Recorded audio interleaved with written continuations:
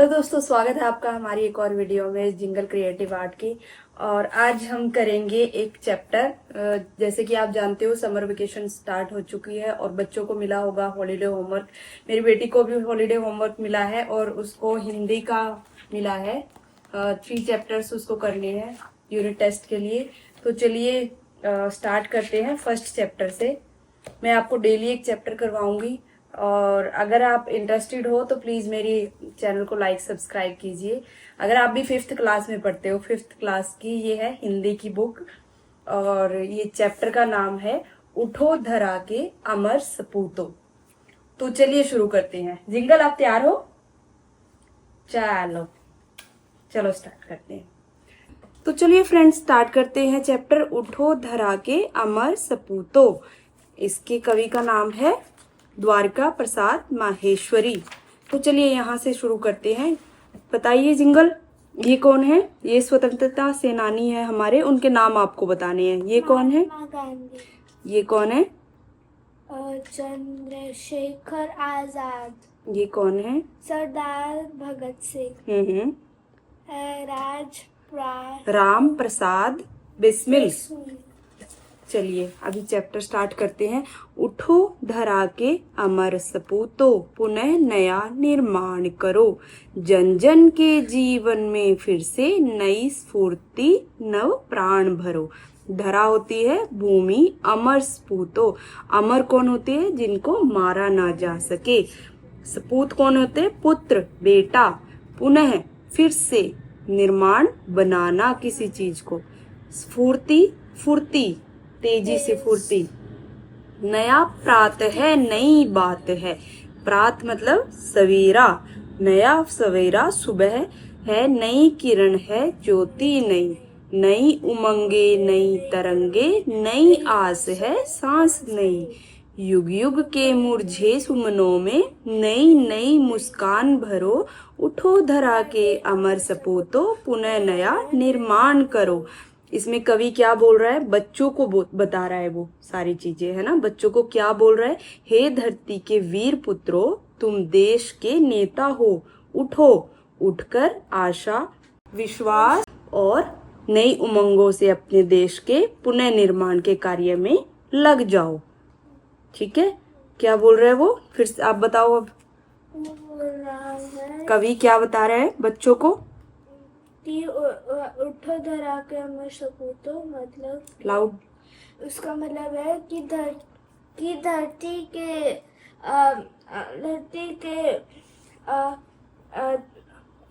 पुत्रों, उठो और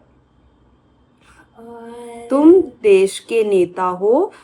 उठो और उठकर विश्वास और नई उमंगों से अपने देश का निर्माण के कार्य में लग जाओ। आगे क्या है?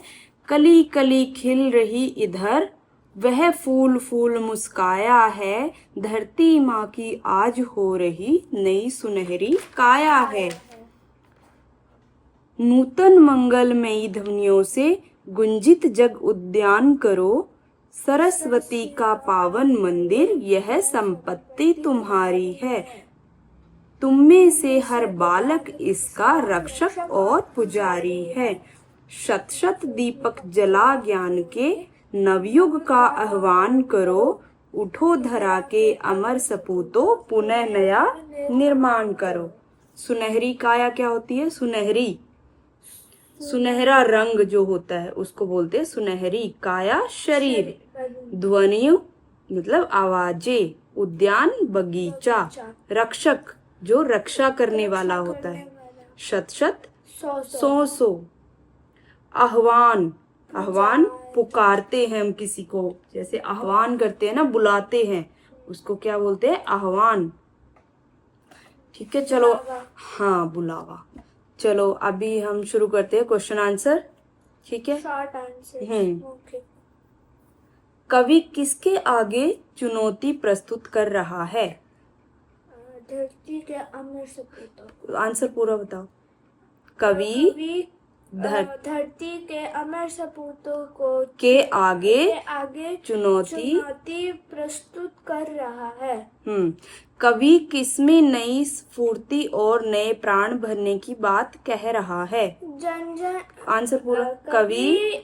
कवि जन जन के जीवन में नई स्फूर्ति और नई प्राण भरने के लिए की बात कह रहा है।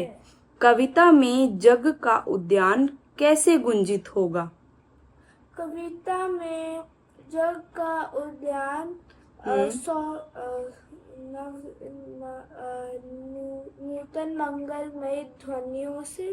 नूतन मंगलमयी ध्वनियों से गुंजित होगा। हर बालक किसका रक्षक और पुजारी है? हर बालक देश की धरती का रक्षक और पुजारी है। कवि ने अमर सपूतों किसे कहा है? कवि ने अमर सपूतों भारत देश के मिटने वाले स्वतंत्र सेनानियों को। कवि ने भारत देश पर मिटने वाले स्वतंत्र सेनानियों को अमर सपूतों कहा है। अच्छा, आगे है, कवि किन से पुनः निर्माण की बात कह रहा है? कवि किससे अमर सपूतों से। कवि देश के अमर सपूतों को पुनः निर्माण की बात कह रहा है। धरती माँ की काया कैसे सुनहरी हो गई? धरती माँ की काया नई फूलों के खिलने से सुनहरी हो गई। नवियों का आह्वान किस प्रकार होगा? 100 दीपक जलाने से नवियों का आह्वान होगा। यह कविता क्या संदेश देती है? यह कविता संदेश देती है कि हमें भारत देश की रक्षा करनी चाहिए। अच्छा, इसका आपको लिखना है अर्थ। नया प्रात है, नई बात है, नई किरण है, नई ज्योति। अब इसको एक्सप्लेन करो। कवि कह रहा है कि आजादी के बाद नया सवेरा आया है। नई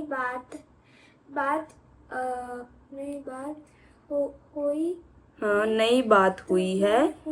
सब उत्यार मैं बताती हूँ।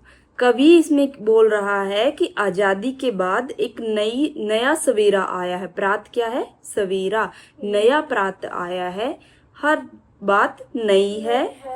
नई किरण है, जो आशा की किरणें हैं वो सब नई है। ज्योति नई है, अर्थात ज्योति जो पूरे देश में जो ज्योति फैल रही है, आशा की ज्योति, वो सब नई है। क्योंकि नए सपूतों को वो आह्वान करके बोल रहा है ना कवि, तो वो बोल रहा है कि सब कुछ चीजें नई नई दिख रही है हमें, जैसे एक नया सवेरा है। हर बात नई है। वहां पर जो किरणें हैं, आशा की किरणें जो दिख रही हैं लोगों को, वो सब नई है। एक नई ज्योति फैल रही है देशभक्ति की। ठीक है। शत शत दीपक जला ज्ञान के, नवयुग का आह्वान करो। इसमें कवि क्या बोल रहे हैं? 100 दीपक जलाओ ज्ञान के, नवयुग को बुलाओ। कविता में वे पंक्तियां लिखी है जिसमें कहा गया है। अच्छा, ज्ञान अर्जन तुम्हारी संपत्ति है। सरस्वती का पावन मंदिर, यह संपत्ति तुम्हारी है। प्रत्येक जीवन में नई फुर्ती और नई शक्ति भर दो। जन जन के जीवन में फिर से नई स्फूर्ति और नए प्राण भर दो। Very good. चलो, अभी विलोम शब्द बताने हैं आपको। फूल को क्या बोलते हैं हम? चाटी। है फूल होता है। फूल तो कांटा। फूल को क्या बोलते हैं? ज्ञान, अज्ञान, स्फूर्ति, स्फूर्ति क्या होती है? जो एकदम से चुस्त होते हैं वो लोग होते हैं, है ना? आलसी, आलस। स्पूत, कपूत। नूतन, नूतन होता है नया। पुरातन, जीवन, मरण। रक्षक, रक्षा करने वाला। भक्षक होते हैं मारने वाला। निर्माण, विनाश। पर्यायवाची है, उन पर आपको गोला लगाना है। धरा, पृथ्वी, भूमि। धारा, धरती। धारा कुछ नहीं होता ना, धरा होती है, धारा नहीं होती।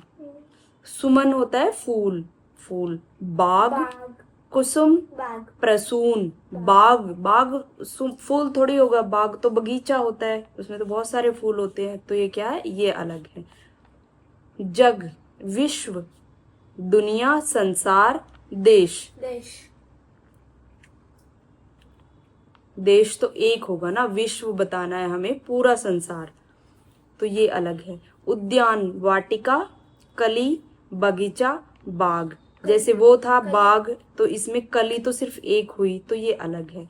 किरण, राकेश, अंशु, कर, मरीचि। राकेश। मेरी फ्रेंड के ब्रदर का नाम है। अब संज्ञा के शब्दों को विशेषता बताइए। अमर सपूतो, इसमें क्या नीचे के संज्ञा शब्दों के लिए विशेषताएं बताइए। सपूत कैसे है? अमर। सुमन कैसे है? मुरझाए।